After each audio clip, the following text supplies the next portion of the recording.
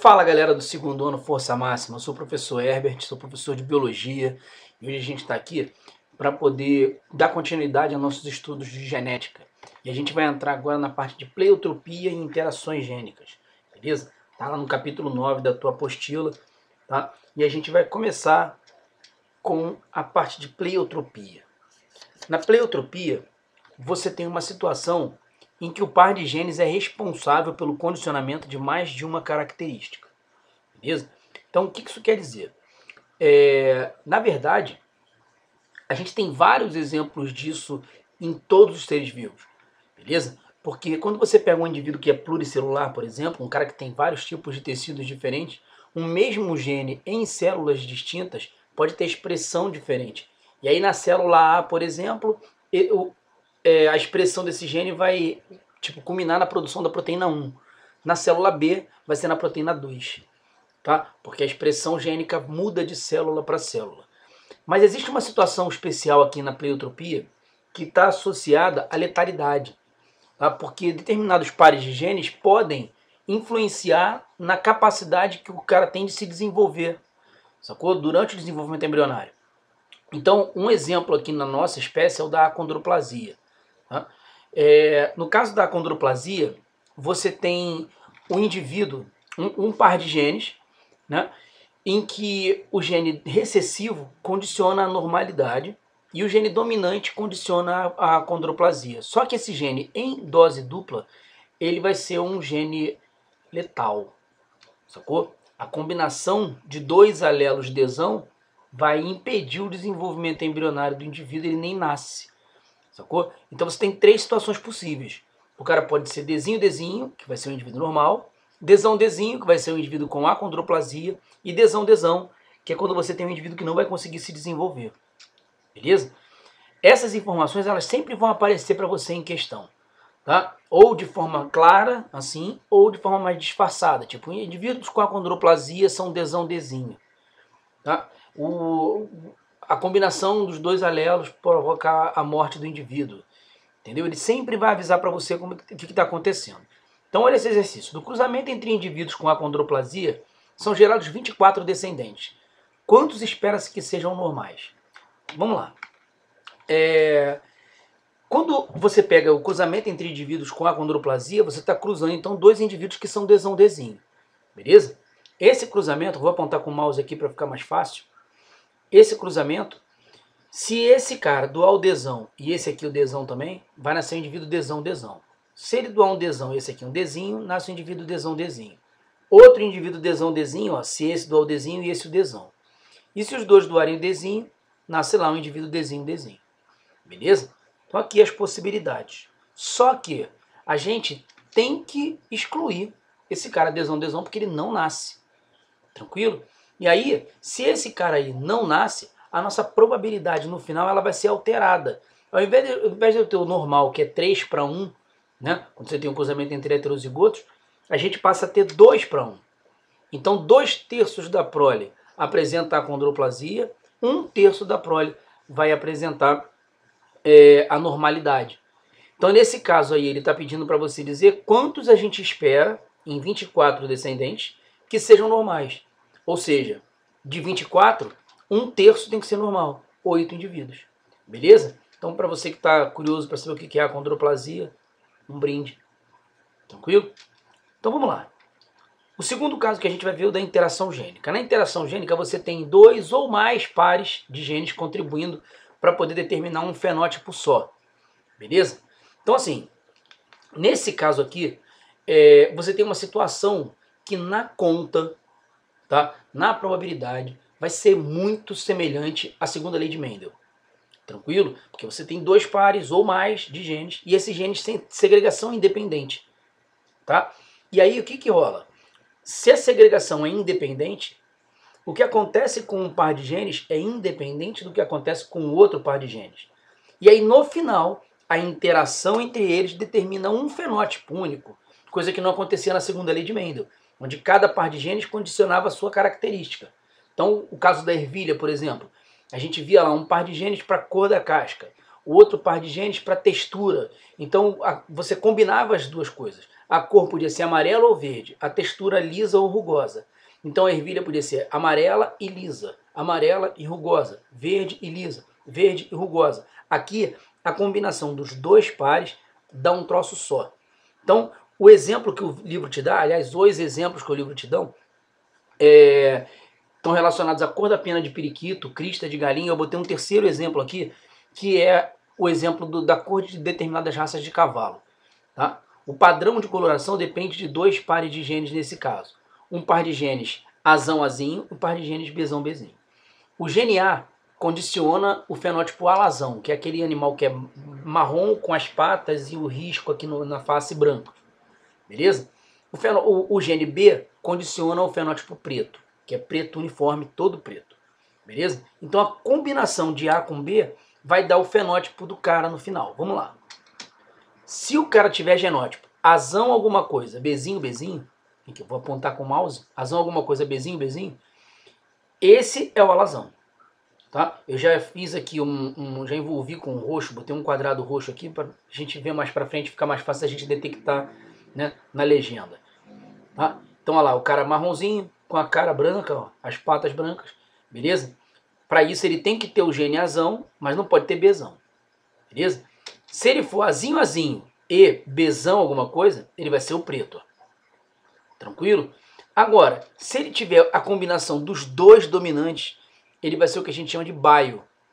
Beleza? É como se fosse o alazão, só que onde ele seria branco, ele é preto. Ó. Tem a meia preta, rabo preto, ou a crina preta, tem às vezes aqui o risco na face preto. E se ele for todo recessivo, ele não produz pigmento nem preto nem alazão, ele é todo branco.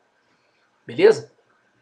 Então assim, vamos fazer aquele quadrinho de Punnett, né, para ver o cruzamento entre heterozigotos. E aí você vai ver que a proporção fenotípica que a gente encontra, quer dizer, a proporção de cada fenótipo que a gente vai encontrar aí no final, é igualzinha da segunda lei de Mendel. Beleza? Então assim, a legenda está aqui, ó. Eu botei em verde o indivíduo baio, sacou? Resultante do cruzamento entre eles. Eu tenho 9 possibilidades, ó. 9 possibilidades. Lembrando que esse quadro é construído com os gametas que cada um pode produzir, beleza? Então aqui, ó, esse cara, por exemplo, produz esses gametas e essa fêmea produz esses gametas. Cada gameta produzido vai carregar um gene de cada tipo, um alelo, beleza? Então como esse cara é azão, azinho, ele vai mandar para o gameta dele ou um azão ou um azinho. Vai mandar para o gameta dele ou um bezão ou um bezinho. E isso é aleatório. O que acontece com um A é independente do que acontece com um B. Então ele pode produzir gameta que tem azão junto com bezão, azão junto com bezinho, azinho junto com bezão, azinho junto com bezinho, e a proporção de cada um deles é exatamente igual. Beleza? Então quando a gente combina os gametas do macho com os gametas da fêmea, a gente pode produzir indivíduos baios aqui, ó, nessas situações. Ó, azão bezão com azão bezão, azão bezão bezão. Beleza? Só fazer as combinações dos gametas. De roxo, eu marquei os que têm fenótipo alazão, que são esses três aqui. Ó. Em laranja, os de fenótipo preto, tá aqui. E o último aqui de azulzinho, o branco. Então você vê que a proporção de 9 baio para 3 com fenótipo alazão, 3 com fenótipo preto e 1 com fenótipo branco é exatamente igual àquela da ervilha. 9 amarela e lisa, 3 amarela e rugosa, 3 verde lisa, 1 verde rugosa. Beleza? Porque você tem também 2 pares de genes com segregação independente. Isso é só conta.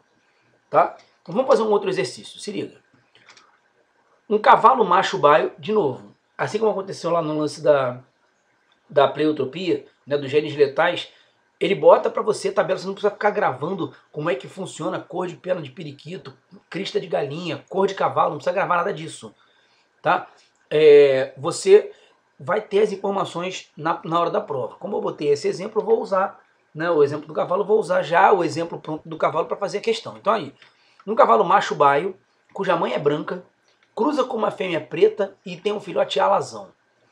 Determine o genótipo dos pais e a probabilidade desse casal gerar um filhote macho branco. Vamos lá.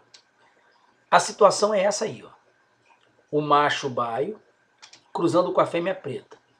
A mãe desse macho é branca E o filhote desse cruzamento é a alazão. Então, para você saber qual é a probabilidade de gerar determinado tipo de filhote, você precisa ter necessariamente o genótipo dos indivíduos que estão cruzando. Tá certo? Então você tem que chegar nele de qualquer maneira. Mesmo que ele não tivesse te pedido, você vai chegar.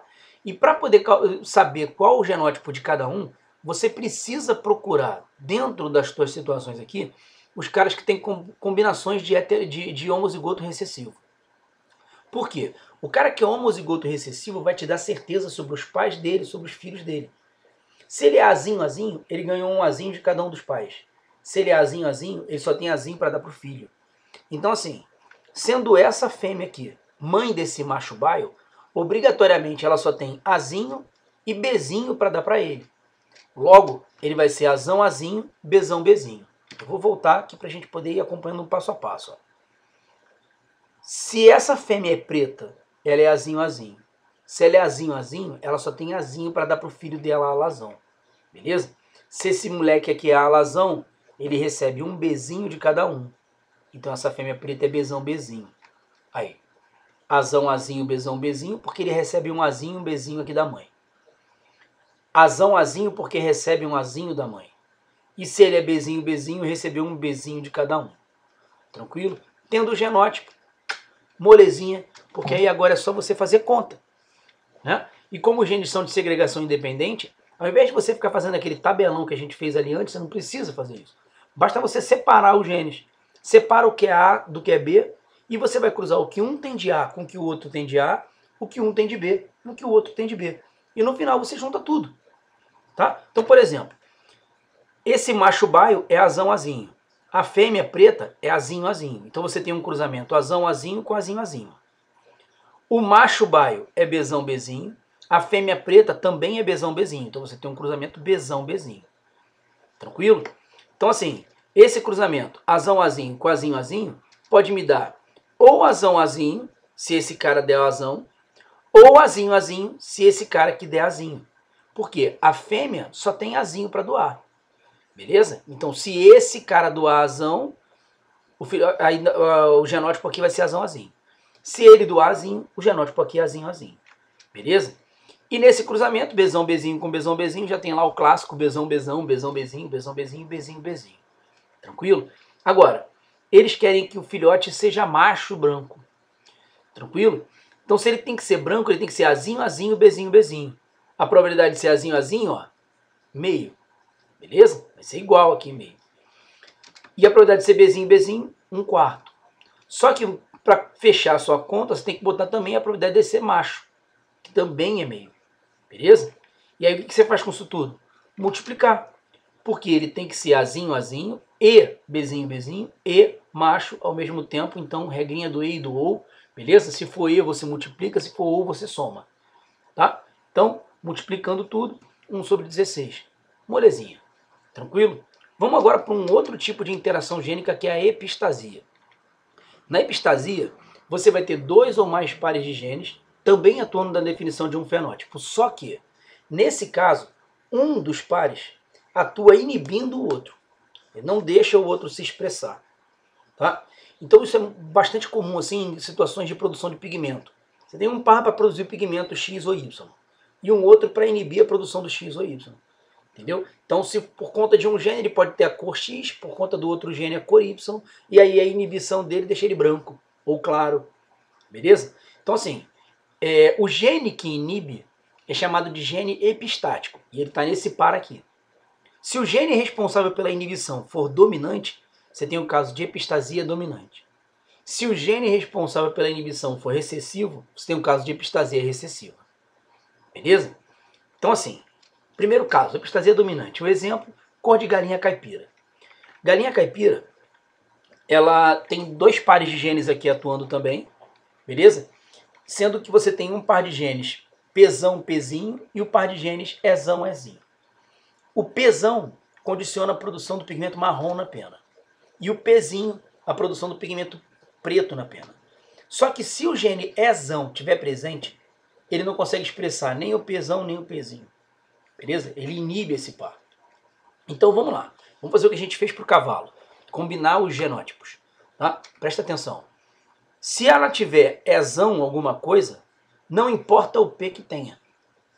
Tá vendo? Porque o ezão vai inibir ou o pezão ou o pezinho, pezinho. Então ela vai ser uma galinha branca. Tá? Se ela for ezinho, ezinho, ela pode expressar o P que ela tiver. E aí se ela for pezão alguma coisa é marrom. Mas se for pezinho, pezinho, ela é preta. Beleza?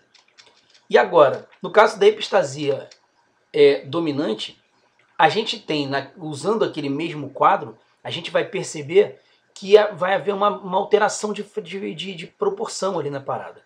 Não vai ser mais um 9 para 3 para 3 para 1. Porque o 9 para 3 para 3 para 1 vai acontecer quando a gente tiver 4 combinações, né, de fenótipos possíveis. Aqui só estão 3 combinações. Branco, marrom e preto. Então assim, todo mundo que for ezão alguma coisa vai inibir a produção, a atividade do P, então vai ser uma galinha branca. Então são todas essas 12 aqui, ó. 4, 8, 12. Beleza? Para ser marrom, tem que ser ezinho, ezinho, pezão alguma coisa. Então, esses 3 aqui. E esse aqui, o último, é o único que sobrou, é preto. Então a proporção fenotípica encontrada vai ser 12 brancos para 3 marrons e 1 preto. Beleza? Bom, agora vamos então para a epistasia recessiva e eu vou sair da frente porque é muita fofura e eu não quero atrapalhar com a minha figura. Então se liga. No caso de labradores, a gente tem um par de genes, Mzão e Mzinho, responsável pela produção dos pigmentos marrom e preto. O Mzão condiciona o pigmento preto e o Mzinho o pigmento marrom. Beleza? Agora, o gene Ezinho inibe a ação do par de genes Mzão e Mzinho. Só que se esse gene é Ezinho, ele é recessivo.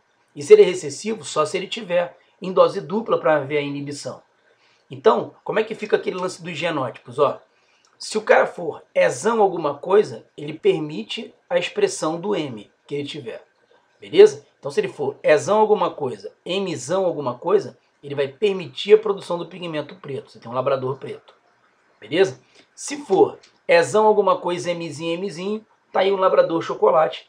Tranquilo? Ou marrom, né? Costumam chamar de chocolate mesmo. Beleza? E o ezinho, não importa se for Mzão ou Mzinho, vai dar um animal com pelagem dourada. Beleza? Agora presta atenção num pequeno detalhe. Olha aqui, ó. Olha o focinho desse aqui. E olha o focinho desse aqui. Por que acontece isso? Essa inibição é na ação do par de genes que produz pigmento no pelo, não na pele. Tá? Então, assim, quando o labrador for Mzinho, ele vai ter o focinho marrom. Mas se ele for um labrador Mzão alguma coisa, ele vai ter um focinho preto. Agora você vai ficar andando pela rua, olhando para o labrador e falar assim, esse aí é Mzão, esse é Mzinho. Eu sei. Bom, vamos lá. Quando você tem, no caso agora na epistasia recessiva, né, vamos fazer aquele mesmo quadro e você tem de novo uma pequena alteração aqui de proporção. Por quê? Agora quem for ezinho é que é inibido.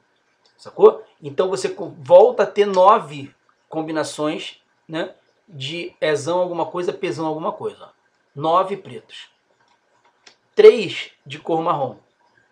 E 4 aqui agora, ó, de cor de fenótipo dourado. Porque o ezinho vai inibir o M que ele tiver, não importa qual M seja. Então a proporção fenotípica, 9 preto para 3 marrom para 4 dourado. Tranquilo? Ó, olha esse exercício aí. Se liga. Em uma variedade de petúnia, as flores podem ser brancas, rosas ou roxas. Suponha que essas cores de flores resultem de pigmentos cuja síntese é determinada por genes com segregação independente que participam de uma mesma via metabólica conforme esquematizado abaixo. Então você tem aí, ó, um precursor que determina a produção de flor branca, e aí esse pigmento branco, esse precursor, por ação da enzima 1, que é produzida pelo gene A, vai formar um produto 1 que determina a produção de flores róseas. E aí esse produto 1, por ação da enzima 2, né, que é condicionada pelo gene B, vai determinar a produção do produto 2, que é o que determina as flores roxas. Tranquilo? Então, antes da gente começar a fazer qualquer coisa, vamos analisar isso aqui. você tem dois pares de genes, A e B, né? Sendo que as combinações entre eles vão determinar os fenótipos. Tranquilo? Então vamos lá. Eu tenho 4 combinações de genótipos possíveis. Azão alguma coisa, Bzão alguma coisa, Azão alguma coisa, Bzinho, Bzinho, Azinho, Azinho, Bzão alguma coisa e Azinho, Azinho, Bzinho, Bzinho. Isso já é padrão, todo caso vai acontecer isso. Tá? Agora vamos analisar. Se o cara for Azão alguma coisa, ele produz a enzima 1. Se ele for Bzão alguma coisa, ele produz a enzima 2. Se ele produz a enzima 1, ele transforma o branco em rosa. Se ele produz a enzima 2, ele transforma o rosa em roxo. Então aí você tem uma flor roxa. Beleza?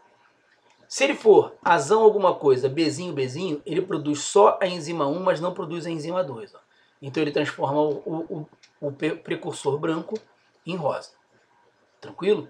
Agora, se ele for Azinho, Azinho, ele não é capaz de produzir a enzima 1.